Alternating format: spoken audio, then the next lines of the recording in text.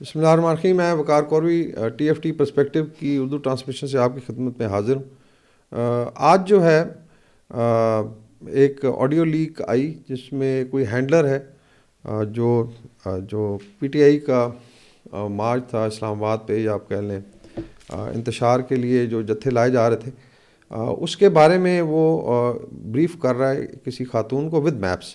اب یہ پتہ نہیں ہے کہ یہ ہینڈلر کون ہے، اور جو خاتون ہے موسٹ پرابلی کوئی سینئر لیڈر ہوں گی پی ٹی آئی کی، جن کو بریف کیا جا رہا ہے میپس چارٹس کے ساتھ. اور اس کے اندر جو ٹرمینالوجی یوز ہوئی ہے وہ بڑی انٹرسٹنگ ہے. مثلا ڈی ڈے کی بات ہے. ابھی D day by and large military میں اگر دیکھا جائے تو استعمال ہوتا ہے جب آپ دشمن پہ حملہ کرتے ہیں، اپنا آپ کہہ لیں پلان جو ہوتا ہے دشمن کے اگینسٹ وہ انفولڈ کرتے ہیں، تو جو پہلا دن ہوتا ہے وہ ڈی ڈے کہلاتا ہے. تو اس کا مطلب ہے کہ یہ واقعی مارچ وغیرہ نہیں تھا، بلکہ اسلام آباد پہ حملے کا پراپر پلان تھا. اگر ان کی کیلکولیشن دیکھیں جس طریقے سے اس کے اندر نظر آ رہی ہیں پارٹی لیڈرشپ کی، یا جو بھی ان کو بریف کر رہا تھا، اس کے اندر جو روٹس کی سلیکشن ہے، اس کی کلر کوڈنگ ہے، اس کے بعد اس کے ٹائمنگ ہے. اس میں جس ملٹری میں اسٹیگر کیا جاتا ہے کالمز کو، تاکہ جب فائنل جگہ پہ پہنچیں تو اس کا ایک کومولیٹیو ایفیکٹ نظر آئے، یا اس کا آپ کہہ لیں اجتماعی جو ہے اثر نظر آئے. تو وہ ساری چیزیں اس پلان میں آئی تھنک نظر آئیں گی.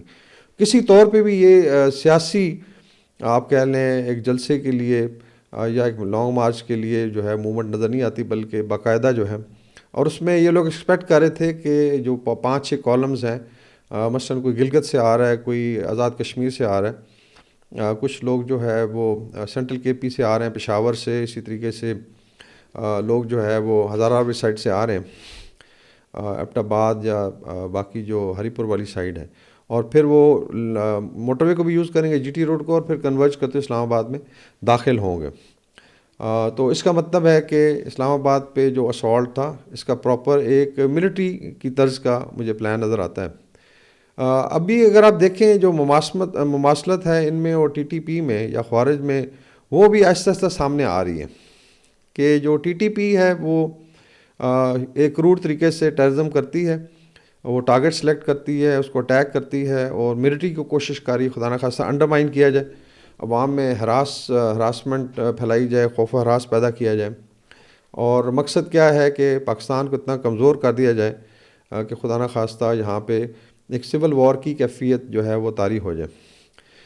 ان کا اگر آپ دیکھیں آبجیکٹو تو شاید وہی ہے، میتھڈالوجی میں صرف یہ فرق ہے کہ یہ لوگ یہ ساری کارروائی جو ٹی ٹی پی جو ہے یا جو خوارج ہیں وہ کچھ سوئسائڈ بامبرز کے ذریعے کرنا چاہتے ہیں، یا دہشت گردوں کے ذریعے.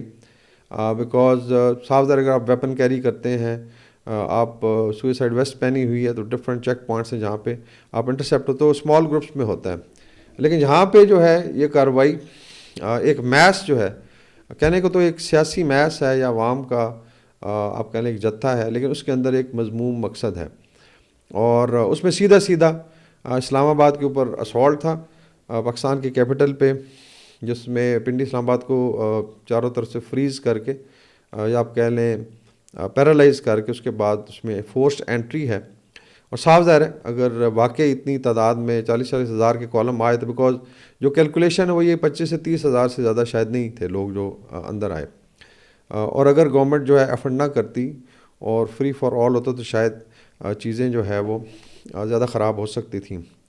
مقصد یہی تھا. اور وہ ٹائمنگ ایسی تھی جب بیلاروس کے صدر جو ہیں پاکستان آئے ہوئے تھے، 70 سے زیادہ آپ کہہ لیں ان کے ساتھ ہائی پاورڈ ڈیلیگیشن تھا، اور پاکستان کے ساتھ مختلف آپ کہہ لیں نوعیت کے معاہدے ہو رہے تھے. اور ڈیفینیٹلی اگر ایک ڈگنیٹری آتا ہے تو پاکستان کی گورنمنٹ کی ذمہ داری کہ ان کی حفاظت بھی کی جائے. لیکن آپ جو ہے پڑا چنار کو بھی چھوڑ کے وہاں پہ جو آپ کہہ لیں کہ آلموسٹ جنگ کی سچویشن تھی، اور اپنے صوبے کو پس پش ڈال کے اور سیدھا اسلام آباد پہ مارچ کریں ایسے ٹائم پہ، تو میرے خیال میں یہ ایک مضموم پلان ہی تھا جو اللہ نے کیا، ناکام ہوا. بیکاز اس میں باقی صوبوں سے کوئی خاص موومنٹ نہیں تھی، نہ پنجاب سے کوئی نکلا، نہ آپ کہہ لیں سندھ سے، اور نہ بلوچستان سے. تو مینلی کے پی سے بھی اگر دیکھا جائے ان کی ایکسپیکٹیشن تھی کہ 2-2.5 لاکھ لوگ کم از کم پہنچ جائیں گے. ایسا نہیں ہوا. مطلب یہ ہوا کہ جو ٹی ٹی پی کرنا چاہتی وہی جو ہے پی ٹی آئی کرنا چاہتی ہے، لیکن وہ اس کو ایک سیاسی لبادہ پہنا کے آگے چل رہے ہیں. 9 مئی کو بھی یہ لوگ ناکام ہوئے، بیکاز اس میں بھی اگر دیکھا جائے تو ملٹری انسٹالیشن میں باقاعدہ اٹیک کیا گیا تھا، شہداء کے مونومنٹس کو وینڈلائز کیا گیا تھا. اور اس کے بعد جو ہے جب ناکامی ہو گئی تو بہت شور مچایا گیا جی کہ یہ فالس فلیگ تھا اور فوج نے گولی نہیں چلائی اور ہمارا کوئی بندہ ہی نہیں مرا. اور جب اسلام آباد میں ان کو روکا گیا آنے سے، جس میں پولیس کے بھی شہداء ہیں، رینجرز کے بھی، ان کے لوگ بھی شہید ہوئے، تو وہاں پہ پھر ابھی ایک ڈرامہ بنایا جا رہا ہے کہ خدا نخواستہ اسلام آباد میں میسیکر ہوا ہے. تو سوشل میڈیا پہ تو یہ بکواس ان کی چلتی رہے گی، اسپیشلی جو باہر سے جبران الیاس نیٹ ورک ہے. لیکن افسوس یہ ہے کہ یہ ہر بار عوام کو دھوکہ دے کے پھر ان کو جو یوتھ ہے اس کو بیچ منجدار میں چھوڑ کے لیڈرشپ بھاگ جاتی ہے. تو میرے خیال میں پاکستانی عوام کو بھی سمجھ آ گئی، میرے خیال کے پی کے عوام کو بھی سمجھ آ گئی ہے کہ لیڈرشپ جو ہے اپنے مضمون مقاصد کے لیے ان کو استعمال کرتی ہے. ابھی جس طرح سزائیں ہوئی ہیں تو ان بچوں کا فیوچر تو بالکل ڈارک ہو گیا، اور اس میں لیڈرشپ کو اور عوام کو اور یوتھ کو سمجھنا چاہیے. اس کے علاوہ ایک اور واقعہ ہوا ہے پچھلے آپ کہہ لیں 24 گھنٹوں میں، جس میں ایلیجڈلی پاکستان نے اسٹرائکس کی ہیں اکراس دا بارڈر، جو ٹیررسٹ کیمپس تھے بارڈرنگ جو ریجن ہے افغانستان کے ایک صوبے میں، اور اس میں جو خوارج کے ٹریننگ کیمپس تھے اور ان کے کچھ سوشل میڈیا ہینڈلرز تھے بڑے، جو ان کو نشانہ بنایا گیا اور کافی زیادہ نقصان ہوا ہے. اس کے بعد پھر ٹی ٹی پی نے جو ہے سوشل میڈیا پہ کچھ چیزیں ریزونیٹ کرنی شروع کی ہیں، اور بیسیکلی وہ پاکستان آرمی کو لعن طعن بھی کر رہے ہیں. اور ساتھ ساتھ ایک بڑا انٹرسٹنگ اس نے ڈیمانڈ کیا ہے کہ فوجی مصنوعات کا بائیک آؤٹ کیا جائے. سو سملیرٹی بڑی ہے، اگر نیریٹو دیکھا جائے میتھڈالوجی میں تھوڑا سا فرق ہے، لیکن سوشل میڈیا پہ دیکھیں تو the kind of hate they want کہ خدا نخواستہ فوج کے اگینسٹ عوام کو اپیل کی جا رہی ہے. اور پی ٹی آئی نے تو ابھی جو باہر سے ترسیلات ہیں جو فارن ایکسچینج کی، اس کے اوپر بھی اپنی کیمپین شروع کر دی ہے، لیکن اس کے باوجود بڑھ رہی ہیں. اگر دیکھا جائے تو لاسٹ ایئر سے آلموسٹ 10 سے 15% زیادہ ہیں، اور اس دفعہ چانسز ہیں کہ شاید 35 سے 36 ارب ڈالر تک انشاءاللہ تعالیٰ پاکستان جو ہے ٹارگٹ اچیو کر لے گا، وچ شوز کہ آپ کا ڈائسپورا اس طریقے سے ان کے مضمون مقاصد ان کے ساتھ نہیں ہے.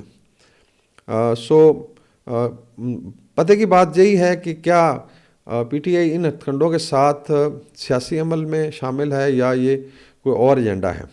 کیا یہ ایجنڈا جس کو ابھی ویسٹ بہت زیادہ سپورٹ کر رہا ہے، اس میں آپ نے دیکھا یو کے سے، اسی طریقے سے یورپین یونین سے، امریکہ سے کافی کالز آئی ہیں، 5-6 ٹویٹس ہو گئیں جو ان کے کچھ نئے کرتا دھرتا ہیں، اور اس پہ بڑے بھنگڑے ڈالے جا رہے ہیں. اور وہی امریکہ جس کو ایبسلیوٹلی ناٹ کہا گیا تھا، آج آلموسٹ آپ کہہ لیں ان کا گاڈ فادر بنا ہوا، اس پہ ڈپینڈ کر رہے ہیں جی کہ وہاں سے بھی جو ہے کوئی نہ کوئی ان کو ریلیف مل جائے گا. بڑی افسوسناک صورت حال ہے.